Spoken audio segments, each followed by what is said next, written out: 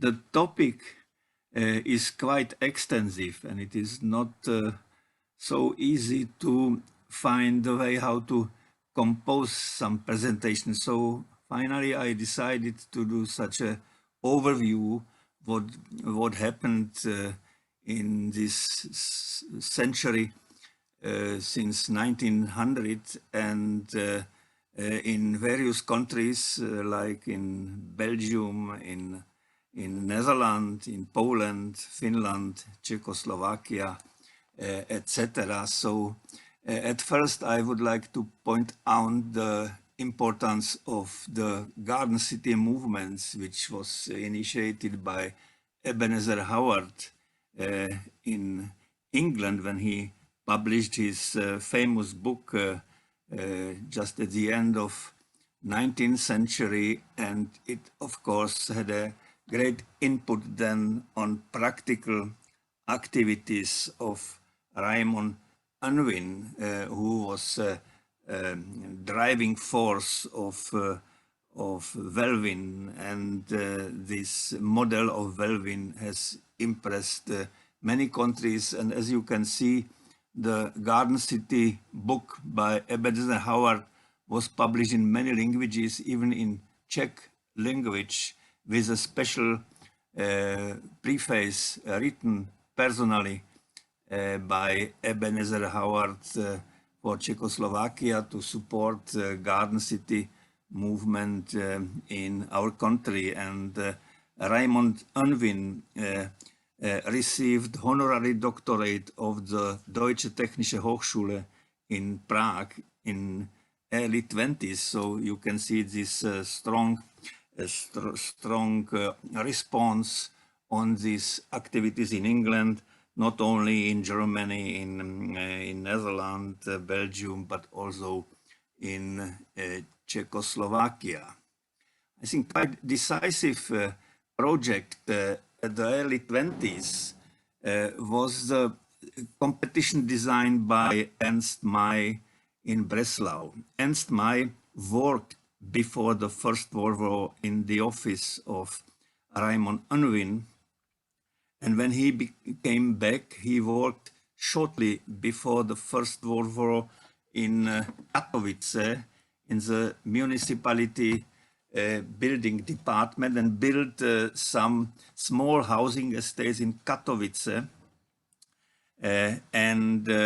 After the plebiscite and the decision about the border between Poland and Germany in early 20s, he organized new housing projects to settle residences for people who had to move, for instance, from Katowice to Gliwice or to Upper and Lower Silesia, and he became director of the Schlesische Heimstätte, big organization, and May conducted erection of 12,000 housing units in the whole Silesia. And for the competition, big competition for the master plan of the city of Breslau, nowadays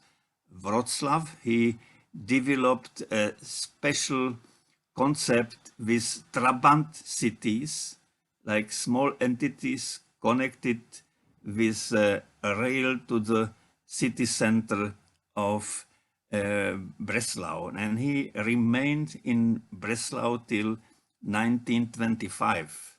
And then he was appointed Stadtbaurat, the city building concern of Frankfurt, where he developed his main work. And maybe we can point out, besides of my second important personality for housing in Germany, and it was Bruno Taut, born in Königsberg, trained by Theodor Fischer, and leading force of German expressionism around the Galerie Der Sturm in Berlin, and later we could say, the conductor of the whole correspondence, the Gläserne Kette, the glass chain with Hans Scharoun and brothers Luckhard, etc., became a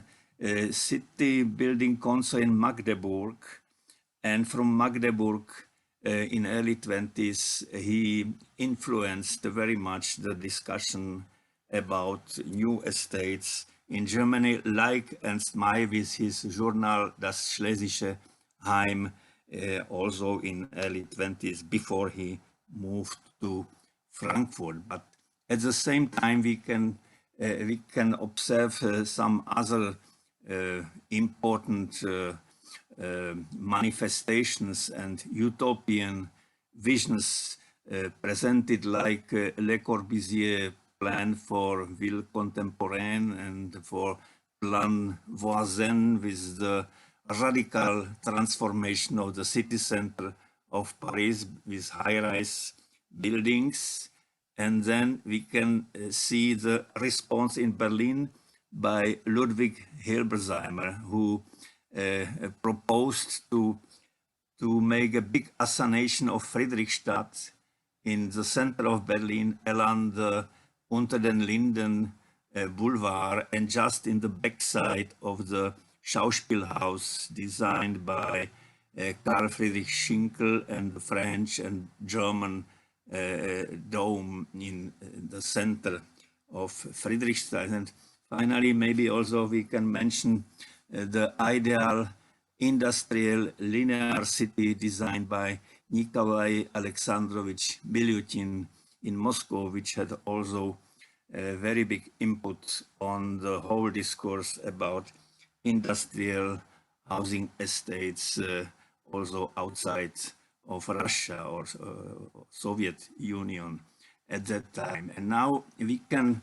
jump over the channel from UK to Netherlands to remain the Dutch activities, supported mainly by Henrik Petrus Berlage, the leading figure of Amsterdam modernism, and then the next generation, which was associated around the journal Wendingen, directed by Theo van Wiedeweld, which presented expressionist romantic tendency of Amsterdam school, and results have been followed by whole Europe, especially the work of Michel de Clercq and Piet Kramer in the Dageraad, and also later in Amsterdam Zuid, like this beautiful house with circulating galleries and balconies on the facade of this block.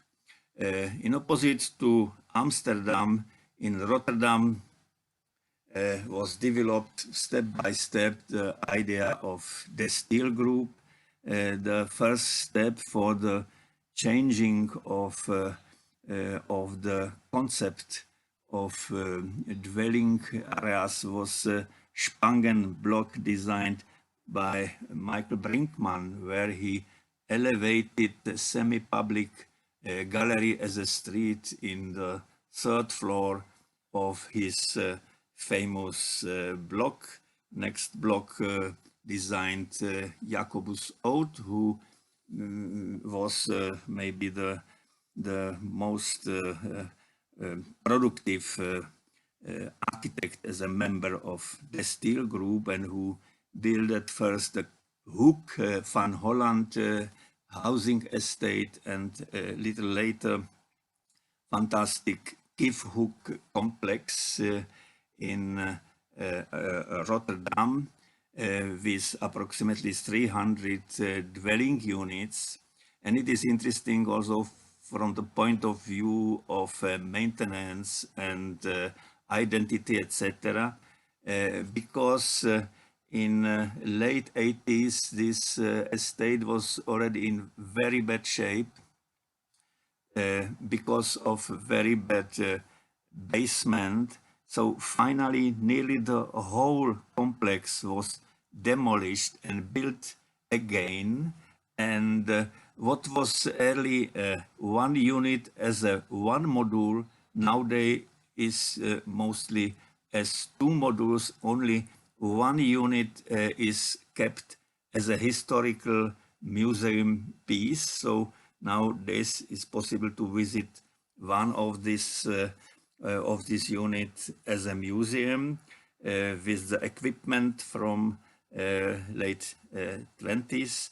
The other units have better technological equipment and also bathroom, because originally these houses had not bathroom. They had only public baths for the whole complex.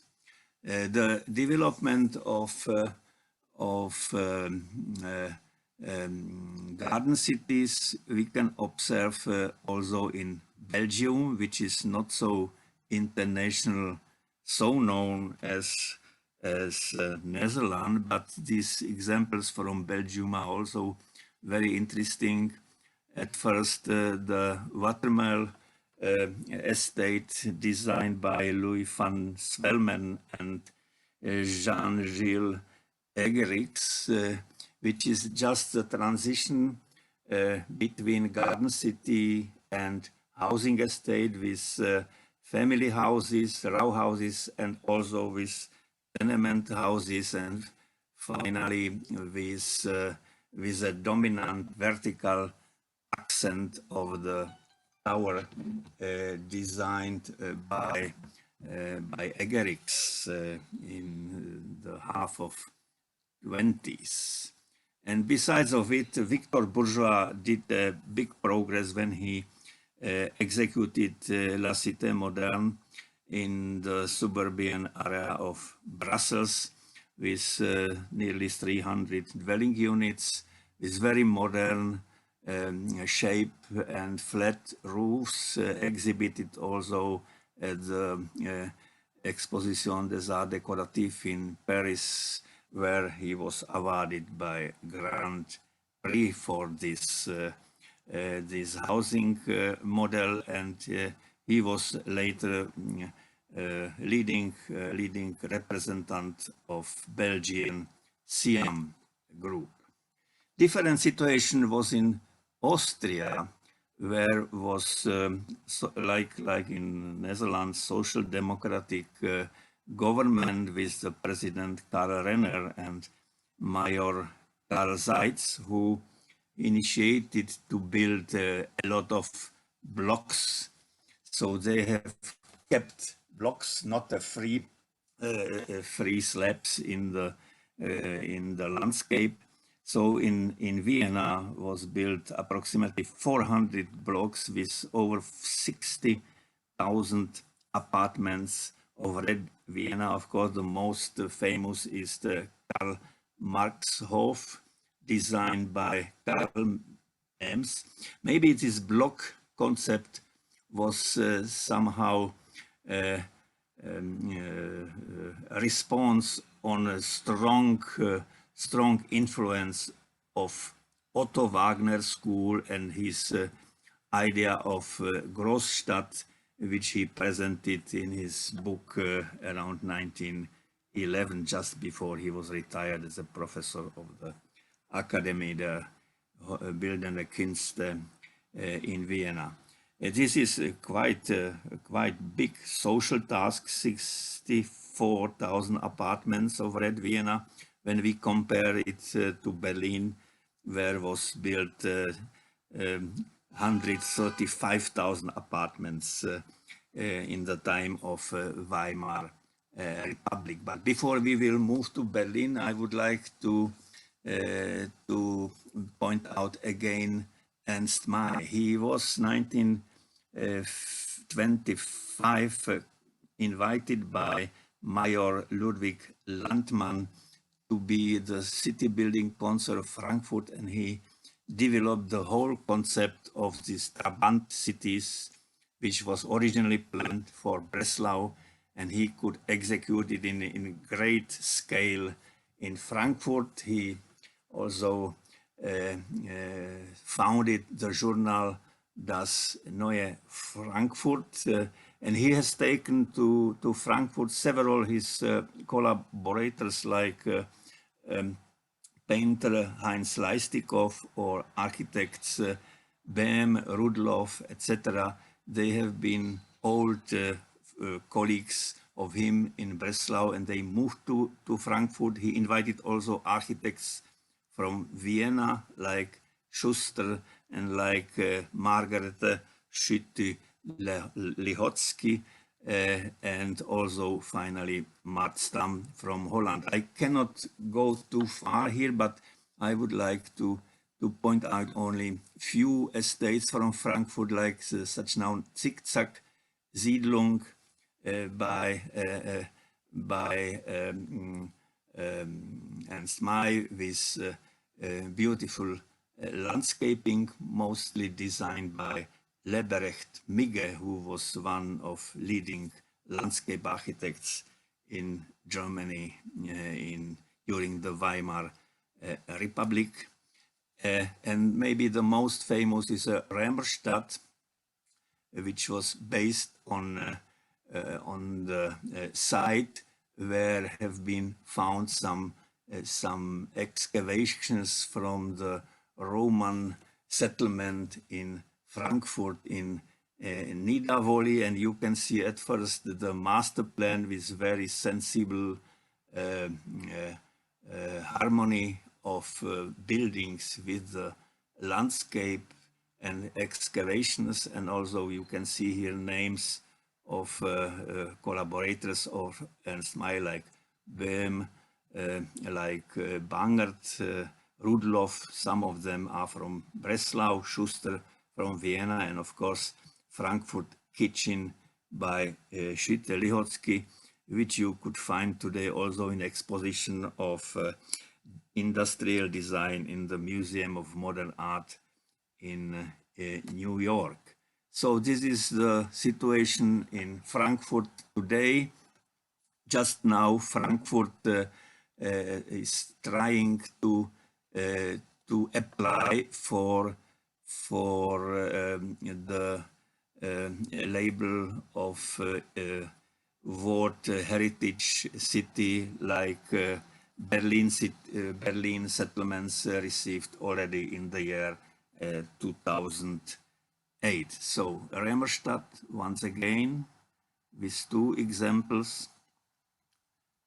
And finally, the Ernst May Gesellschaft, the Society of Ernst May, has hired one of these row houses and installed their original furniture. So we can go now through the house and to see the equipment and furnishing from late 20s.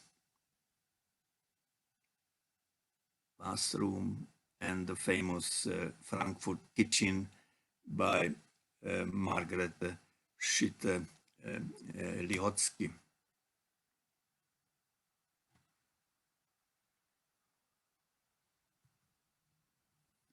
The balustrade in the staircase. And now the last example from Frankfurt, Hellerhof, designed by Dutch architect Marstam just before he left Frankfurt, like Ernst May, and has gone to Soviet Union. Ernst May also organized the second Congress of Siam in Frankfurt, and there have been then published two booklets on the apartment for existential minimum and a rational building of apartments. Two booklets published by Sirpak and Siam from the second and third Congress. Interesting is that in the second publication was involved also Karel Teige from Prague, who had one of main speeches at the Third Congress of Siam in Brussels in October 1930. But now back to Berlin. Like Das Neue Frankfurt, in Berlin was founded the journal Das Neue Berlin, edited mostly by Stadtbaurat Martin Wagner and by art critic Adolf Behn. As I mentioned, Martin Wagner became successor of conservative city building conseiller Ludwig Hoffmann in 1926, and till the end of Weimar Republic in Berlin have been executed 135,000 apartments, which was really not only interesting from the point of view of architecture, but also from the point of view of social circumstances in the whole city. And the driving force was, of course, Bruno Taut. Bruno Taut built 12,000 apartments in Berlin, and he also published a quite interesting book, Die Neue Baukunst in Europa und Amerika, which was published also in English language, and which includes all these examples from Amsterdam, from Rotterdam, from Brussels, and also from Czechoslovakia, Italy, and many also from England and other countries.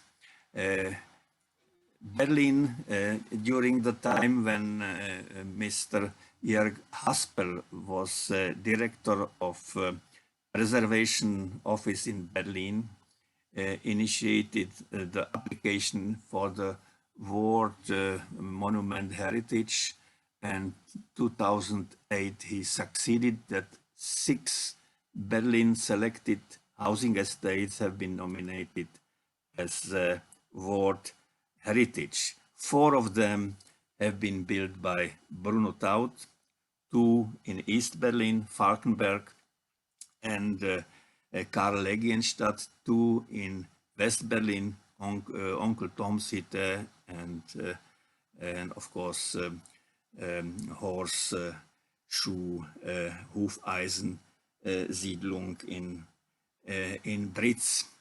I can go now quickly through few of Berlin estates. One small estate built also Miss van der Rohe, which is not so known, in Afrikanische Straße, very small, well-balanced blocks built along the Afrikanische Straße in the north of Berlin, in Reinickendorf. It was before he built his block at Weissenhof, Siedlung, and later his Barcelona pavilion, etc.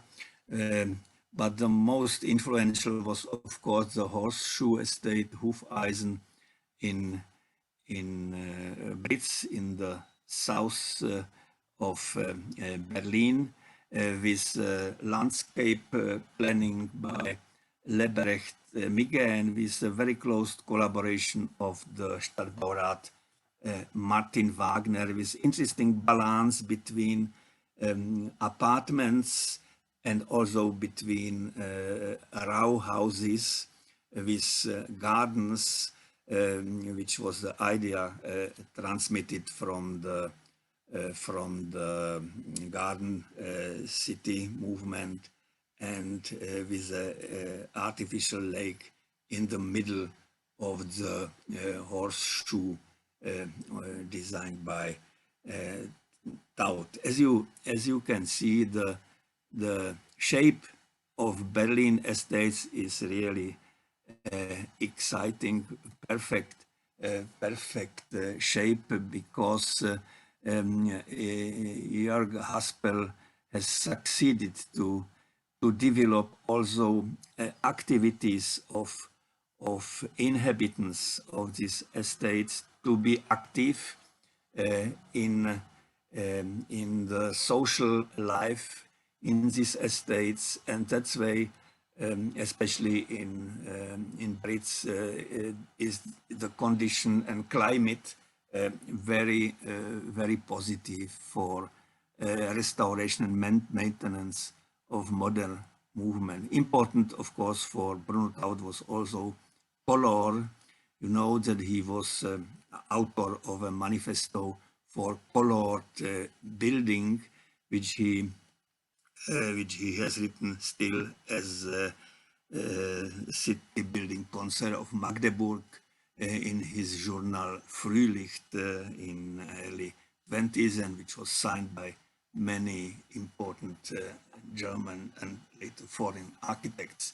Here you can see the backside of the horseshoe by Taut. As you see nowadays, they have more automobiles as early, but the estate is very well connected also by public transport to the center, and you see that also the landscaping is in very good shape.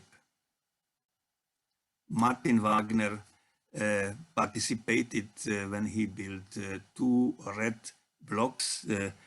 Some of these blocks are looking out like fortifications of Carcassonne or like Avignon, but they are functionalist buildings by Martin Wagner, who, as you know, had to leave Berlin already in 1933, and later he worked in Turkey and in America. There have been also small shops there, which have been now renewed. So this district has also own social and public life, and they are supporting the idea of Taut's vision. And also one young architects couple bought one house, and if you come to Berlin, you can in Brits rent this house for a few days with modest rent, and you can really have a own experience with identical building from 20s.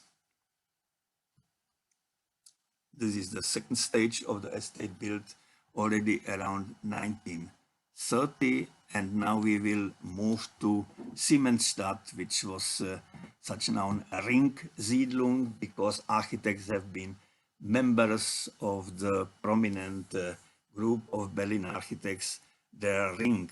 Hans Scharoun designed the gate of this estate with 3 blocks, and he even lived in this house, in this section. This long line block was designed by Otto Bartning. 3 blocks have been done by Walter Gropius, and this series of blocks was designed by Hugo Höring, secretary of the Ring Association. Last blocks are by Hungarian Bauhäusler Fred Forbart and Rudolf Henning. This is apartment which Scharoun occupied 30 years, from 1930 to 1960, when he moved with his second wife to the extension of Siemenstad, the estate Charlottenburg North. Interesting is that as a landscape architect was involved Lebrecht Migge, the same landscape architect who was active also in Frankfurt. Scharoun's armored cruiser got this famous nickname Panzerkreuzer, but was partly damaged during the war. Here is the block in which lived Hans Scharoun, and it is his apartment with painting by Lionel Feininger, which he received during his early time in East Prussia, in the city of Insterburg, now Chernyakhovsk, and in the library was, for instance, here the double issue of Wendingen dedicated to the work of Frank Lloyd Wright. The third block designed by Sharon, and now interesting case is the Gropius complex with 3 houses. You can see here all 3 houses designed by Gropius, but this section got a bomb, was badly damaged at the end of the war during the bombardment of Allies, and in early 80s, it was renovated by Munich architects Hilmer and Sattler, but little bit with a different plan, but quite convenient with the original mode of Walter Gropius.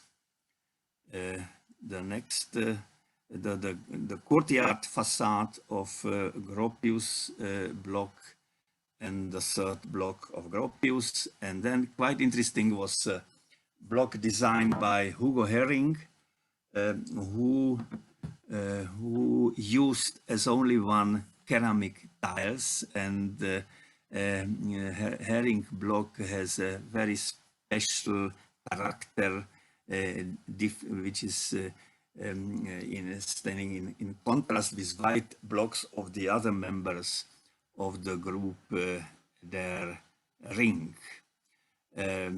Quite interesting master plan had the White City, the Weiße Stadt in the north, in Reinickendorf, designed by Swiss architect Otto Rudolf Salvisberg and 2 Berlin architects, Bruno Ahrens and Binning, with this famous apartment house as a bridge over the street, and interesting conservatories as result in building blocks to courtyards. Salvisberg was 1929 then appointed professor of ETH in Zurich and returned home and built a lot for universities and industry in Basel and in Zurich. There are some few other Berlin estates designed by Mebes and Eberich in the north, in Reinickendorf, Ebert Siedlung, and then Haselhorst in the west part of the city, and finally 2 estates by Bruno Taut, Karl Legienstadt on Prenzlauer Berg in East Berlin. As you see, this is also in very good shape. So really the shape of Berlin estates is formidable.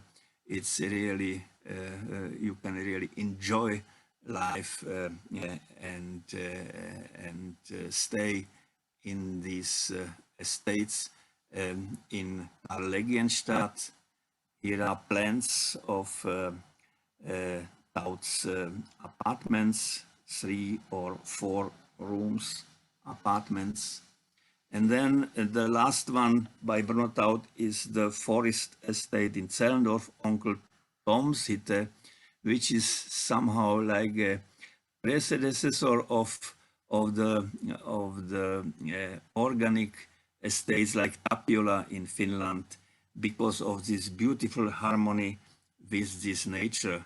Inhabitants of Uncle Tom's Hütte installed also a memorial for Bruno Taut there in the middle of the estate, and also Uncle Tom's Hütte is well connected with public transport to the city and wonderfully included in the landscape in this forest of southwest Berlin.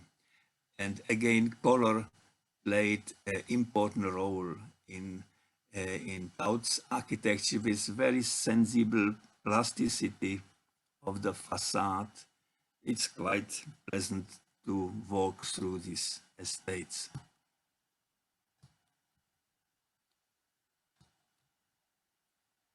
Detail of entrances, and balconies.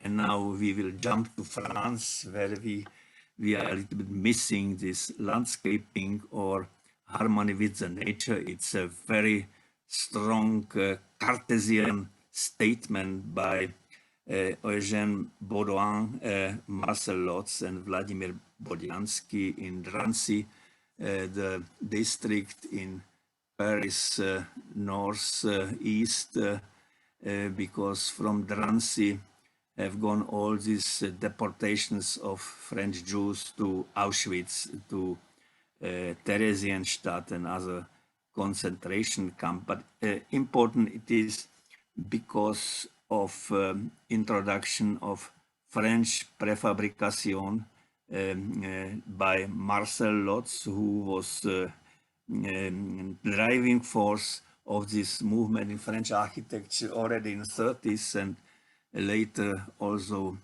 after the Second World War, where he rebuilt several French cities damaged by the World War II.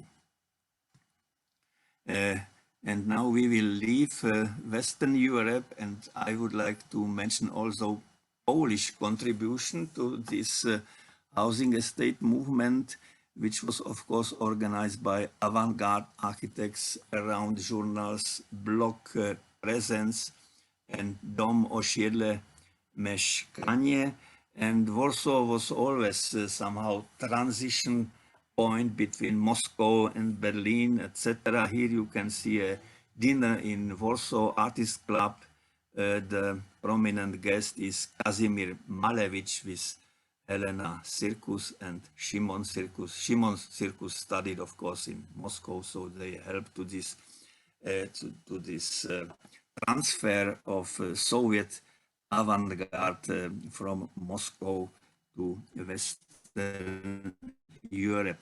Polish architects followed also the activities of Siam, and Helena Circus was extremely active as a member of executive committee. And here you can see the one meeting of Warsaw Housing Cooperative architects like Helena Circus, Barbara Brukalski, and Stanislav Brukalski and Szymon Circus.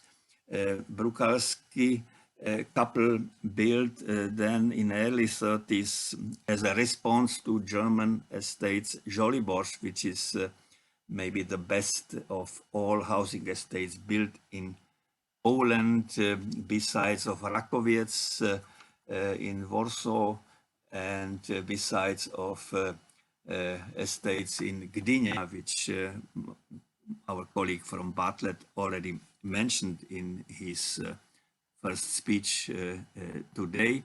This is a bird view of Żoliborz estate with slightly round blocks with very elegant detail and modest details designed by Stanislav and Barbara Brukalski in early 30s and luckily restored in last years. This is a picture which I did 2 years ago. If we will jump now to the north, we have to mention fantastic little estate, little bit prominent, not social for social minimum, but more for middle upper class apartment complex Bella Vista in Klampenborg, designed by at the time very young architect Arne Jacobsen, who after the war extended this complex and built their row houses where he installed his office and his home in early 50s. And of course we have to mention Alvar Aalto, who became during the planning of Viipuri Library and sanatorium in Paimio, friendship with Mayra and Harry Gulliksen, and he was then commissioned to build a huge mill paper Sunila factory in eastern Finland, and then also industrial housing estate for workers, which is a beautiful organic set in the nature by Aalto with beautiful timeless blocks with minimal and also middle class flats which have continued also in late 40s and at the beginning of 50s. And of course, during the war was important what happened in Sweden. Most famous was the activity of the couple or duet Sven Bäckström and Leif Reinius, who built these master plans with star houses in Sweden. Bäckström worked short time in the office of Le Corbusier in Paris in early 30s, and which had also input on housing projects in Europe after the war, because Sweden was neutral. So the role of Sweden after the Second World War was similar like Netherlands, because Netherlands was neutral in First World War. And now we will jump to Czechoslovakia, to my country. Here only a little signal of Czech avant-garde journals, where have been published also German, Dutch, Belgian examples, and of course the work of Corbusier and Bauhaus. The connection was very close at that time. This is a lecture series organized in the winter 1924-25 for the new architecture in Prague, and next day always in Brno with Jacobus Oud, and then with Corbusier, Ozanfan, Adolf Loos and Walter Gropius as speakers. And just after this this lecture series, white functionalist architecture became most important in Czechoslovakia for the whole time of the interwar period. Karel Teige has tried to connect Czech architects also with Soviet avant-gardes when he started to receive journal Savremenная architektura, where have been published Soviet collective houses like Narkofim by Ginsburg, Nikolaev, etc. And he forced Czech architects, members of Siam, to design also collective houses in frame of two competitions for social housing in Prague, like this one in Holešovice and this one in Pankráč, in the outskirts of Prague, with little minimal units for individuals, with a separate blocks for children. So it was somehow Soviet idea that families will be dissolved, that it is not necessary to have a family for the Bolshevik future. But the municipality of Prague and Brno has not accepted these ideas and built with state subvention minimal flats, maximum 40 square meters, so a little bit bigger as in Drancy. In France it was maximum 35 square meters.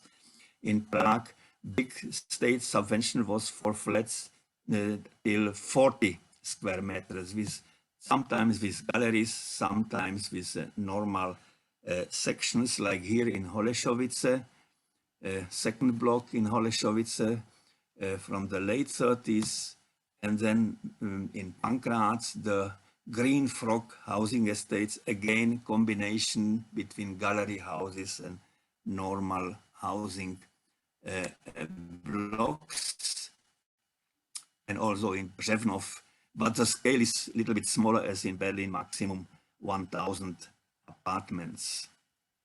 The same happened in Brno, and leading architect for social housing was Josef Polášek, who attended the Frankfurt Congress 1929, and I think he was very much impressed by such concept as Hellerhof, where he built these blocks in outskirts of Brno with half-opened courtyards, which served as playground for children, quite popular. And again, with this smallest flat, still 40 square meters. But most famous abroad from Czechoslovakian housing project is the city of Zlín, Baťa industrial city, initiated by Tomáš Baťa and designed by František Gahura. Before the war, they built nearly 2,500 family houses. Sorry. But then they also invited Corbusier for the jury of competition for small houses for the Baťa company, and Corbusier also designed his concept for development of Zlín, but with a big collective houses, which was not accepted by Baťa, because Baťa used to say we have to work together, but we have to live separately in small family houses. And so tenement houses and apartment houses have been built at first after the war, when was designed the extension of the city to the east with a new concept of tower houses designed by Miroslav Drofa in late 40s. Of course, also influenced by Swedish housing from 40s, and also architects from Zlín traveled to Sweden in 1946-47 to see the Swedish achievements.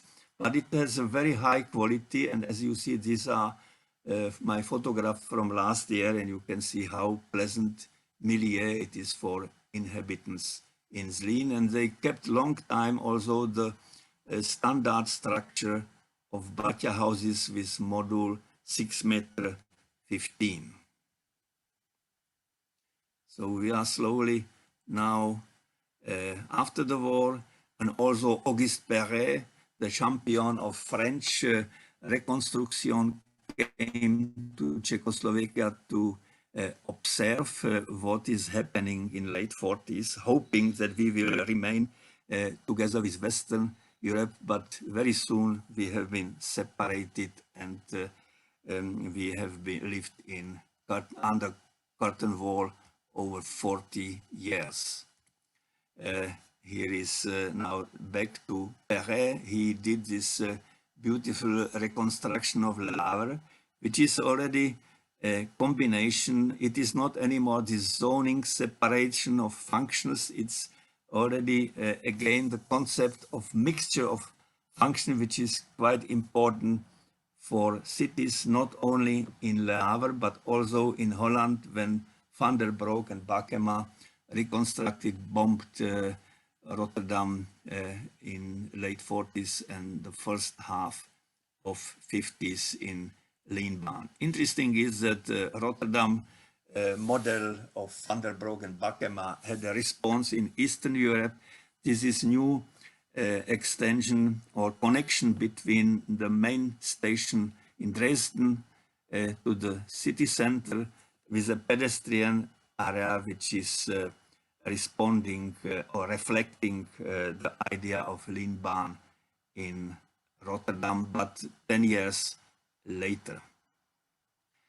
The leading architect after the war for housing in Czechoslovakia was Josef Havlíček, who, following Corbusier Plan Voisin, designed a radical sanation of the center of Prague with pyramidal high-rise buildings. It was a radical plan. We are lucky that it was not realized, but just after that he had a chance to build a beautiful housing estate in Hradec Králové in eastern Bohemia. You can see the plan with loggia and the winter garden and the cleaning balcony and 3 bedrooms and living room, very, very sophisticated plan, which is connected with Gochar school district, built in 20s. Gochar was his teacher, and with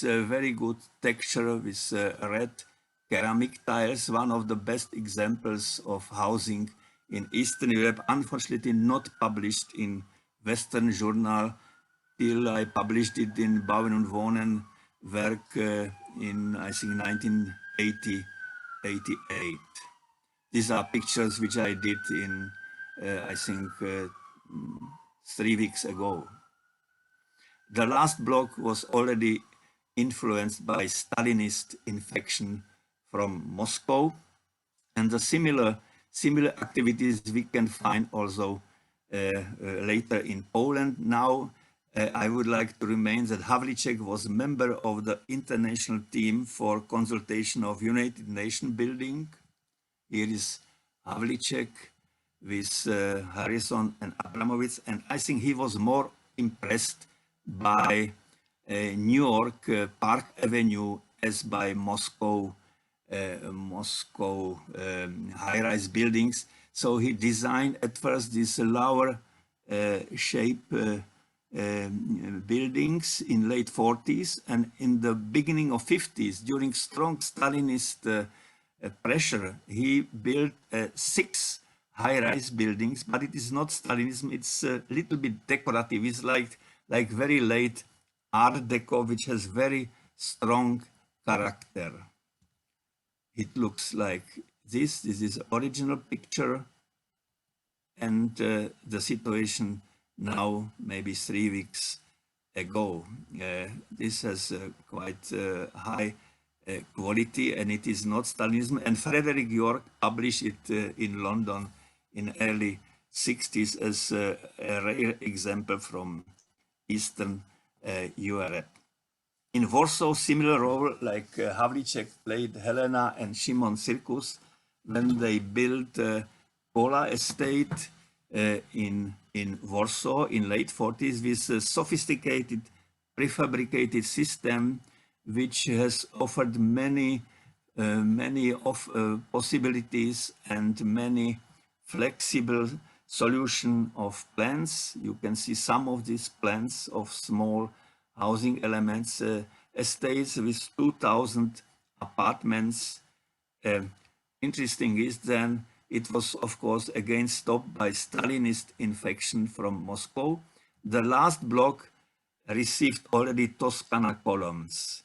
So it was start of the end of modernism in Poland, and then came Palace of Culture in Warsaw, which everybody knows. And of course, this infection was politically supported. This is an excursion of German architects to Moscow for special training to see Frunze Boulevard in Moscow, etc.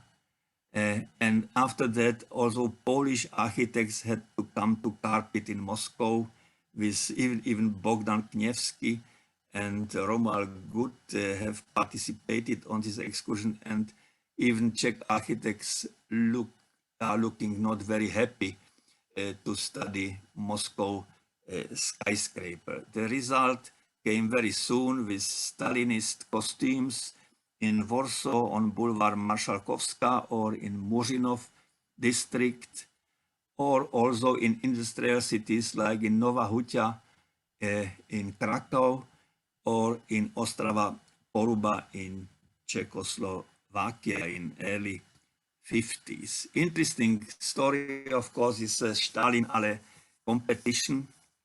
The first plan for Stalin did Sharon 1949 when he was still active in East Berlin, but then he resigned, and the competition won Egon Hartmann, young architect, but strongly political Henselmann and Paulik. They got main parts of this main boulevard of East Berlin and built this boulevard, which is now paradoxically quite popular in connected Berlin. Answer was from West Berlin when they built Hansafeld as an international building exposition 1957 with participation of 46 architects, I think from 16 or 17 countries, with Alvar Aalto, Bakema, Niemeyer, Eiermann, Jennecke and Samuelson, and Pierre Vagot and Walter Gropius. Corbusier was too big, so he was located just besides Olympic Stadium,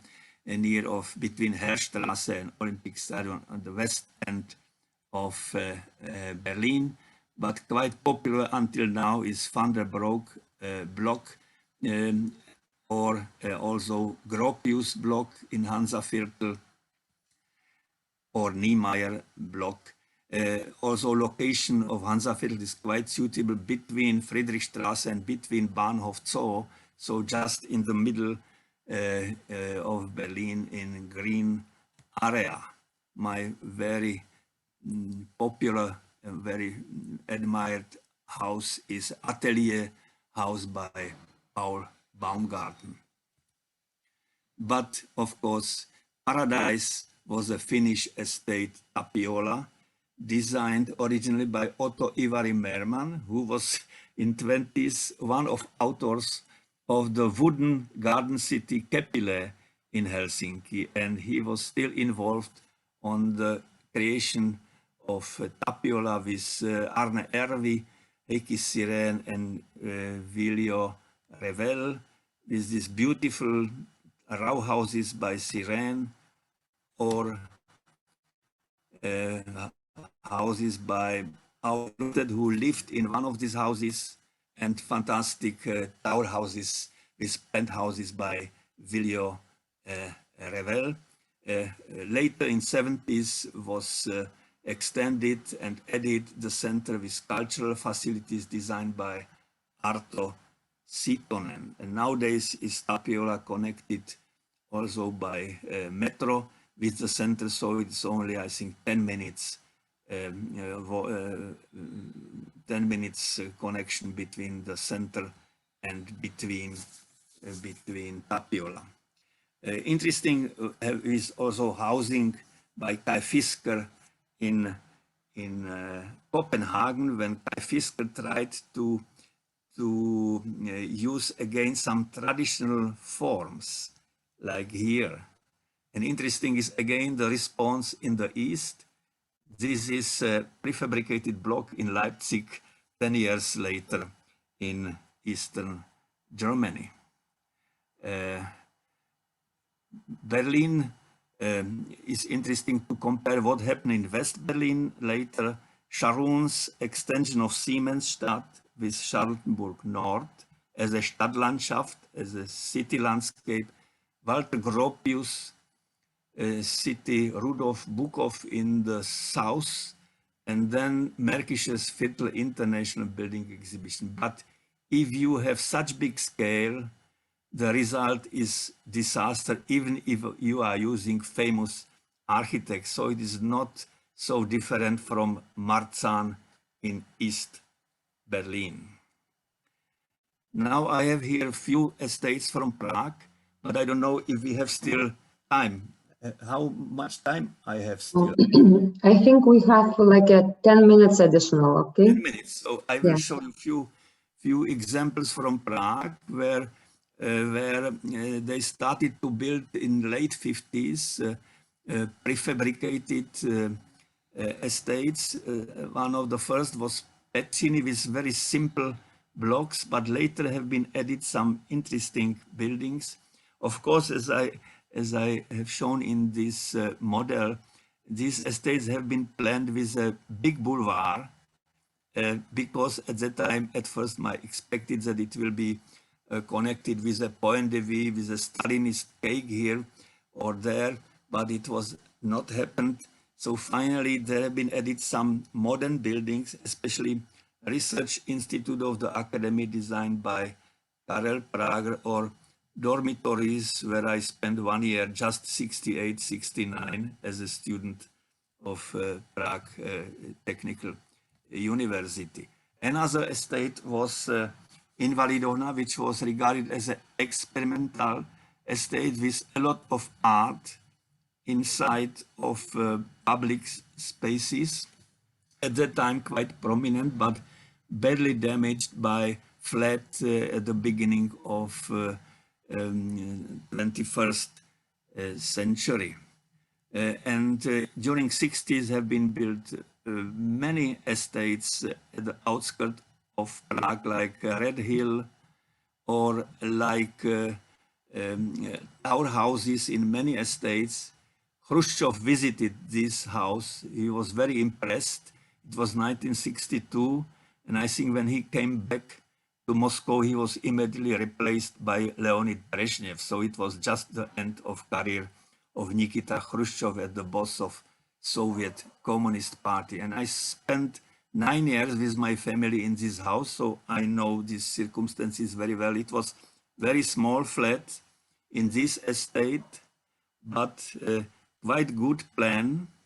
As you can see here, 3 rooms, very small, 10 square meters, 19 square meters, and kitchenette with a little space for the lunch or for the dinner. 72 square meters altogether, but it was then too small for us with 4 children. So finally we left to old house. Interesting is that in 60s there have been also some attempts to come back to blocks, to nearly closed blocks in the estate of Jablice, which is quite popular because of a good organization of the pedestrian area in front of a subway station. Another not so successful example is in the North City, the estate Prosek. Later, between these blocks was organized somehow a greenery, a park, and later added some office blocks and new metro station. So now this estate is connected with the metro, with the center. And also in the south of the city, Prague Krč, I lived in this block 3 years. It was, I would say, hopeless. Now when the greenery is bigger, it is a little bit more pleasant. It is quite strong estate, but they had quite good small blocks for shopping with elegant steel skeleton construction, but now they are in bad shape. As you see, mostly these galleries or balconies are closed by glass, so it is changing a little bit the image of these estates. It is not compatible, of course, with Espoo housing estate in Finland in highest quality, produced, for instance, by Christian Gulliksen, Erkki Kairamo, and Vormala at the turn of 70s and 80s in Finland. A strong gesture we can find also in Amsterdam, in the estate Biljemermeer, designed in early 70s. This estate is famous for the terrible crash of aeroplane in 80s inside of the estate. But interesting was the landscaping, which was quite carefully done. But I think nowadays it is not so ideal city as it was proposed in early 70s.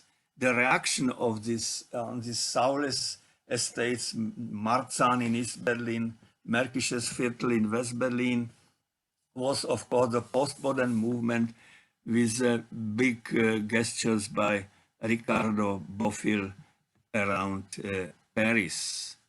And the International Building Exposition in West Berlin in early 80s tried to find new ways, new expression, new language of architecture already with younger generation, with some postmodern protagonists like Ungers or Rob Krier or Italian rationalist Aldo Rossi, and also the only Eastern Europe participants, Czech architects Přikryl, Eisler and Suchomel in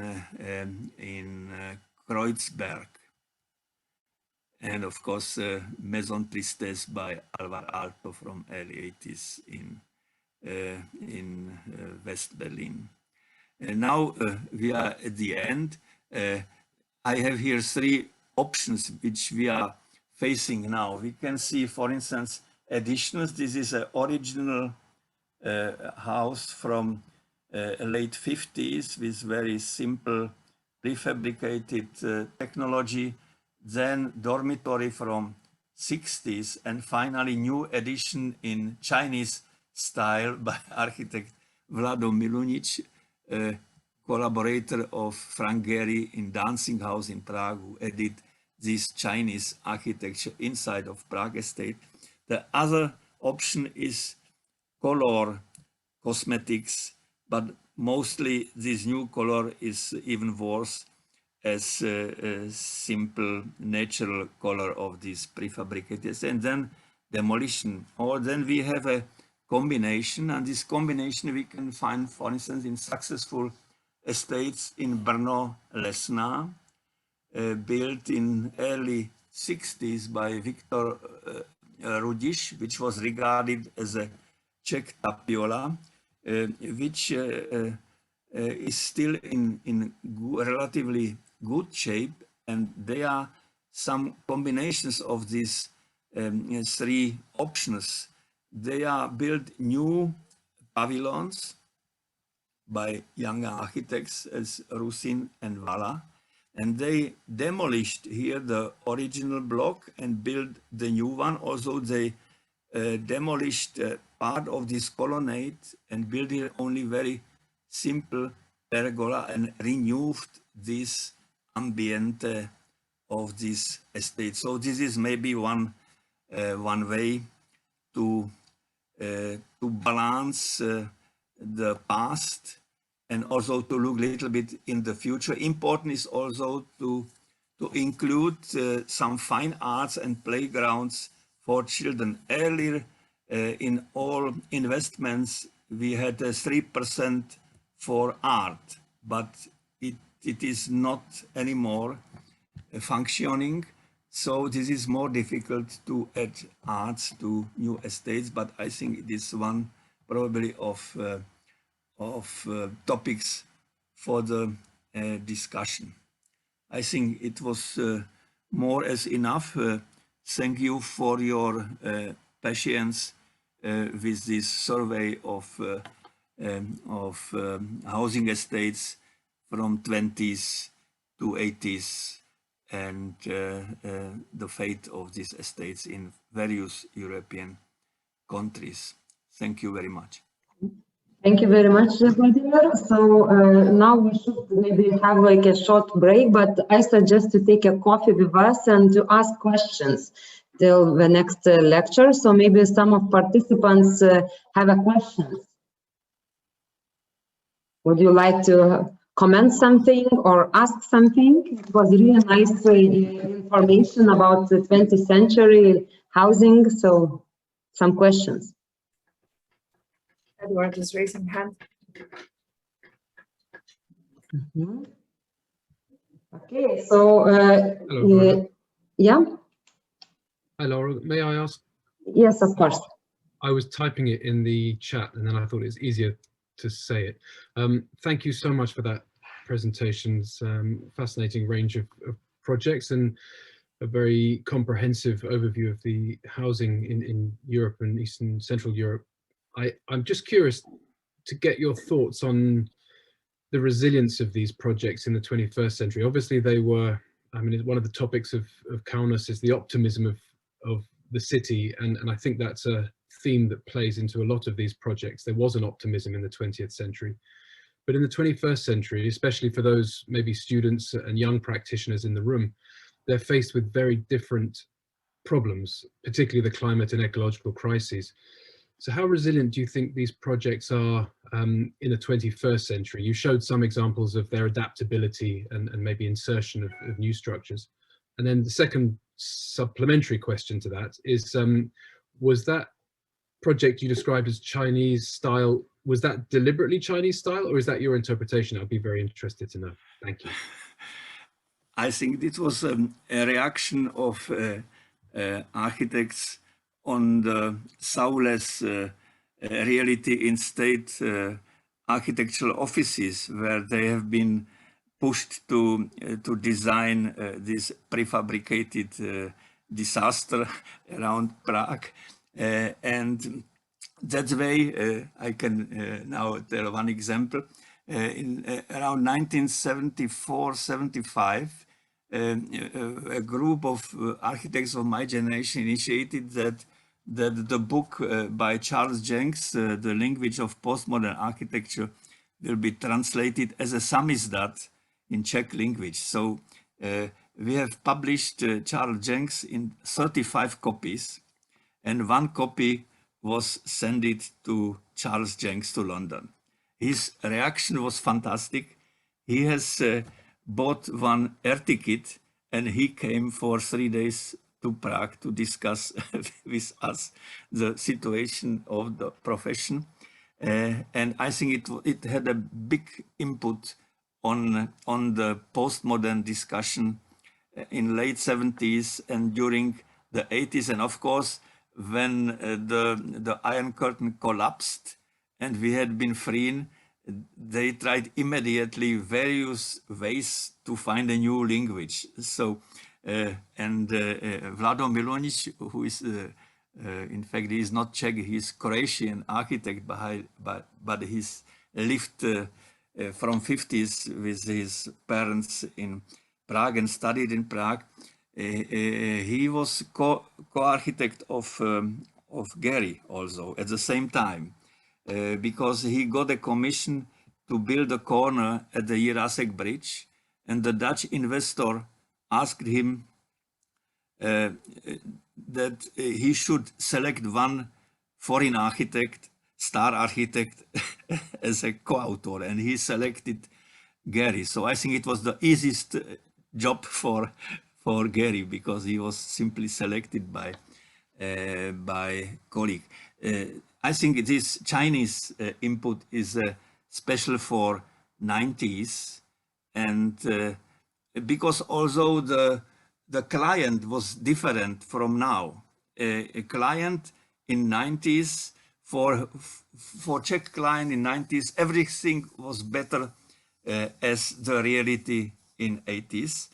And even, of course, there was, of course, a lot of infection of various ballast and kitsch from the West. So there are some compromises built in this 90s in Prague and other cities. And then slowly, step by step, also clients and investors have been educated by the traveling, by connections with real Western society. So the standards of architecture have been arising then and elevated.